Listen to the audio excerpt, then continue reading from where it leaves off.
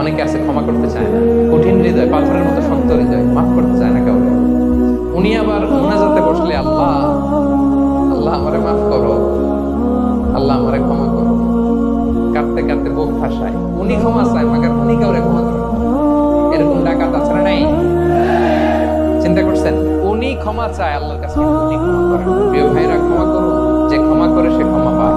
আচ্ছা, একটু চোখটা বন্ধ করে, চোখ বন্ধ করলাম আমি, জানা অজানা পাপের পাহাড়ের দিকে তাকালাম। এবার একটু চিন্তা করেন যে কি পরিমাণে ক্ষমা আল্লাহর পক্ষ থেকে আমার জন্য প্রয়োজন। চিন্তা করেছেন? এবার চোখ খুলুন, পাপের পাহাড়ের দিকে একটু তাকান। আপনার আপনার জানা অজানা যে পাপের পাহাড়, তাকান এবং ভাবুন এগুলোর জন্য কি পরিমাণে ক্ষমা আল্লাহর পক্ষ থেকে আপনার দরকার, প্রয়োজন। সেই প্রয়োজনের তাগিদে হলেও ক্ষমা করুন। খেয়াল রাখবেন, যে ক্ষমা করে সে ক্ষমা পায়, যে অন্যকে ক্ষমা করে না সে ক্ষমা পায় না।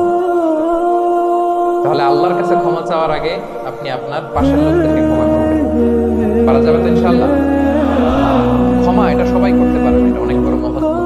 যার হৃদয় বড় সে